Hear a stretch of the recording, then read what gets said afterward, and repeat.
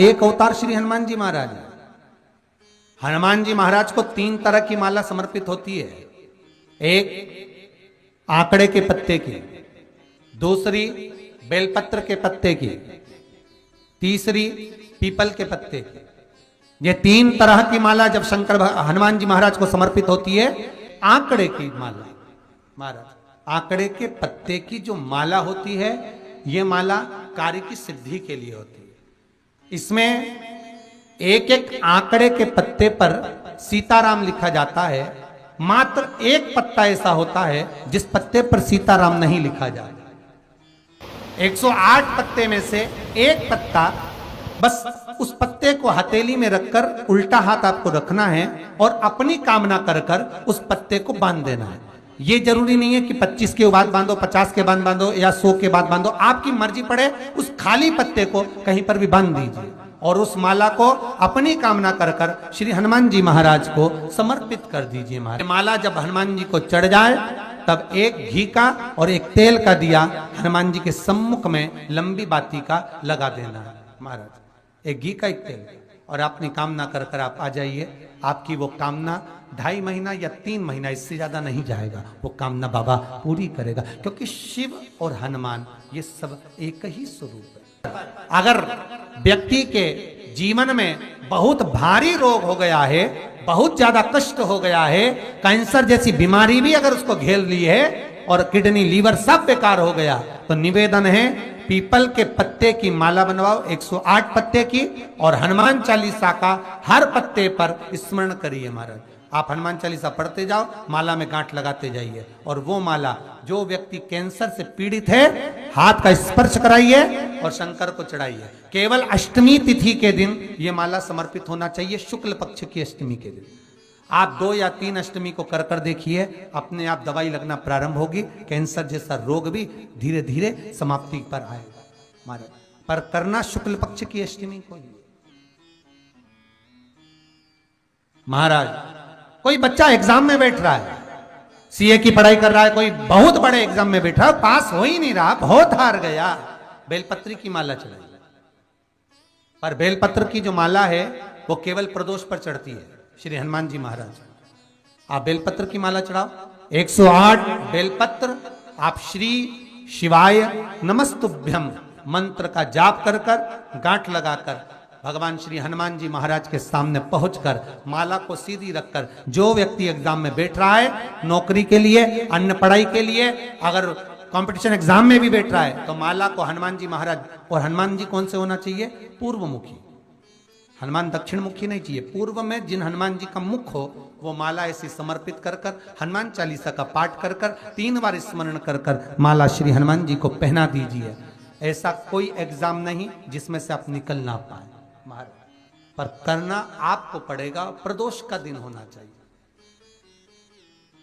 प्रदोष के दिन भगवान, और प्रयास जहां तक हो सके प्रदोष काल में अगर चढ़ाएंगे तो ज्यादा फलदायी रहेगा प्रदोष। और कई लोग तो ऐसे हैं उनको आज तक हनुमान चालीसा पढ़ना नहीं है, आज तक कोई चालीसा, चाहे गायत्री चालीसा हो, लक्ष्मी चालीसा हो, शिव चालीसा हो, पढ़ना ही नहीं आती, बस बैठ गए भगवान के सामने और पढ़ लिया आसन लगा के। नहीं नहीं नहीं, चालीसा पढ़ने का भी एक नियम है। अगर कोई लक्ष्य लेकर पढ़ रहे हो तो उसका एक नियम है। पूरी जिंदगी पढ़ते रहोगे तो भगवान की प्राप्ति नहीं है, पर लक्ष्य लेकर अगर पढ़ा है, आसन से जिस भगवान की चालीसा पढ़ रहे हो उसकी मूर्ति या उसका फोटो आपके सामने होना चाहिए। एक घी का दिया, अगर हनुमान चालीसा पढ़ रहे हो तो या तो घी का दिया जलाओ, वो भी गाय के घी का हो, भैंस के घी का मत जलाना। हनुमान जी कभी प्रकट नहीं होंगे भैंस के घी से। घी का दिया लगाइए अगर चालीसा का पाठ कर रहे हो हनुमान जी का। और बहुत ज्यादा संकट है, बहुत ज्यादा परेशानी है, तो हनुमान चालीसा का पाठ करो तो तिल्ली के तेल का दिया लगाओ,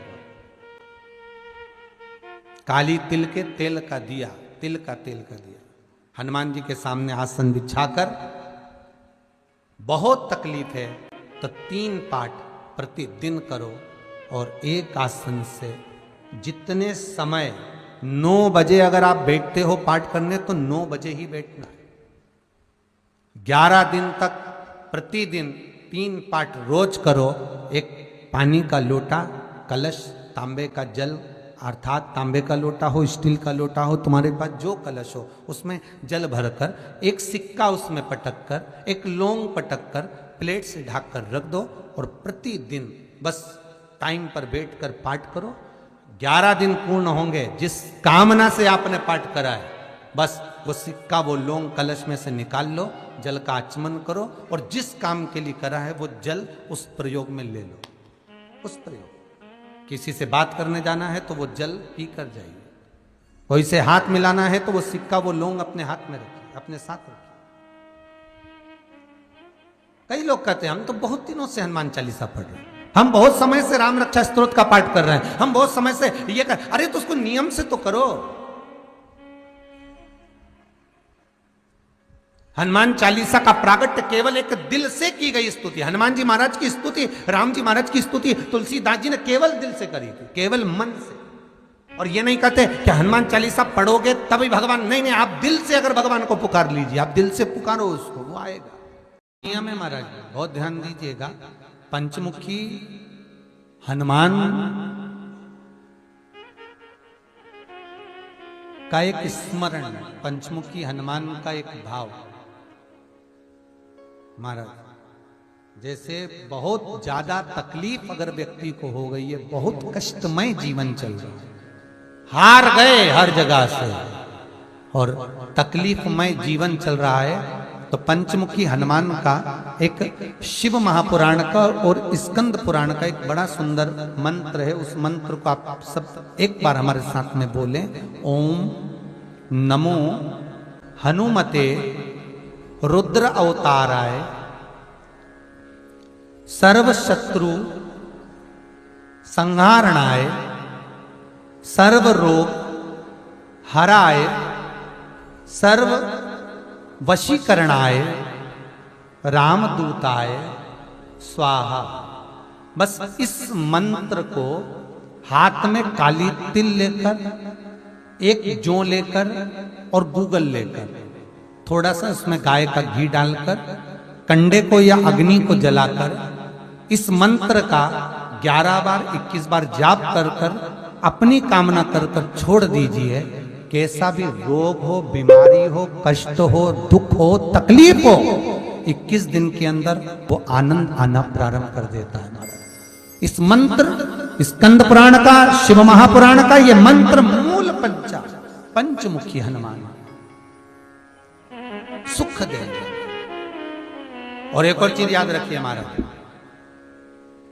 यदि कोई काम के लिए जा रहे हो, कोई व्यापार के लिए जा रहे हो या नौकरी करने के लिए जा रहे हो और लगी नहीं रही, बहुत तकलीफ पा रहे हो, सर्विस ही नहीं लग रही, बहुत कष्टमय हो गया, तो निवेदन करूंगा 5 पीपल के पत्ते पर बेसन के 5 लड्डू घर में बने हुए, गाय के घी के 5 लड्डू रख लो, उस लड्डू के बीचों बीच एक आटे का दिया और उसमें तिल्ली का तेल डालकर इसी मंत्र का प्रयोग कर कर पंचमुखी हनुमान का किसी भी हनुमान के मंदिर में जाकर, दक्षिण मुखी हनुमान के मंदिर में जाकर उसको रख कर आ जाइए। इसके बाद आप उस काम के लिए जाइए, आपका काम सफल हो जाएगा। आपको किसी को नहीं कहना पड़ेगा कि हाथ जोड़ना नहीं पड़ेंगे, किसी के पांव नहीं पड़ना पड़ेंगे, तुरंत काम होगा।